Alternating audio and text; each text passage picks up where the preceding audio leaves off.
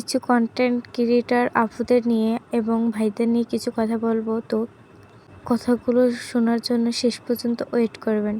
আসসালামু আলাইকুম, কেমন আছেন সবাই? আশা করি ভালো আছেন। আমিও ভালো আছি আপনাদের দোয়ায়। আজকে এই ভিডিওটা প্রথম থেকে দেখি হয়তো বুঝতে পারতেছেন যে কার বিবাহর গায়ে হলুদ। যাই হোক, আমি বলে দিলাম, এই যে আলামিন ভাই আছে না, এই আলামিন ভাইয়ের আজকে গায়ে হলুদ। তো গায়ে হলুদের সব দায়িত্ব, বিয়ের সব দায়িত্ব বিদ্যা আপু এবং আরও কিছু কিছু কন্টেন্ট ক্রিয়েটর আছে তারা নিজ থেকেই দায়িত্বগুলো নিছে।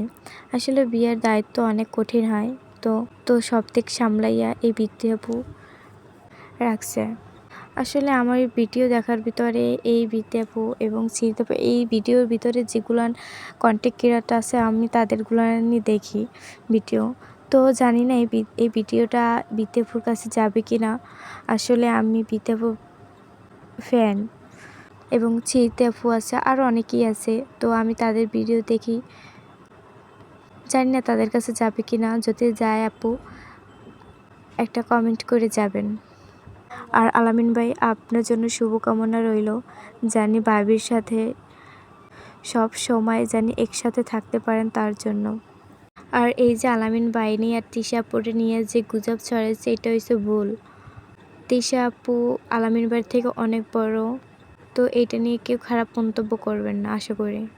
এই যে তিশা আপু, সে সবসময় হাসি মুখে থাকার চেষ্টা করে, নাচানাচির ভিতরেই থাকে। যে এই অনুষ্ঠান পড়ার থেকে এই আপুটা নাচতে শুরু করছে, শেষ হয় না।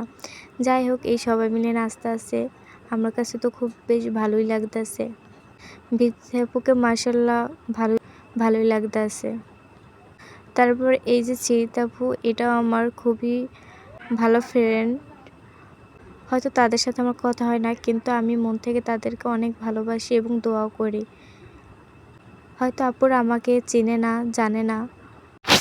সবাই ভালো থাকবেন, সুস্থ থাকবেন, আমার জন্য দোয়া করবেন, আমি জানি আরও বড় হতে পারি।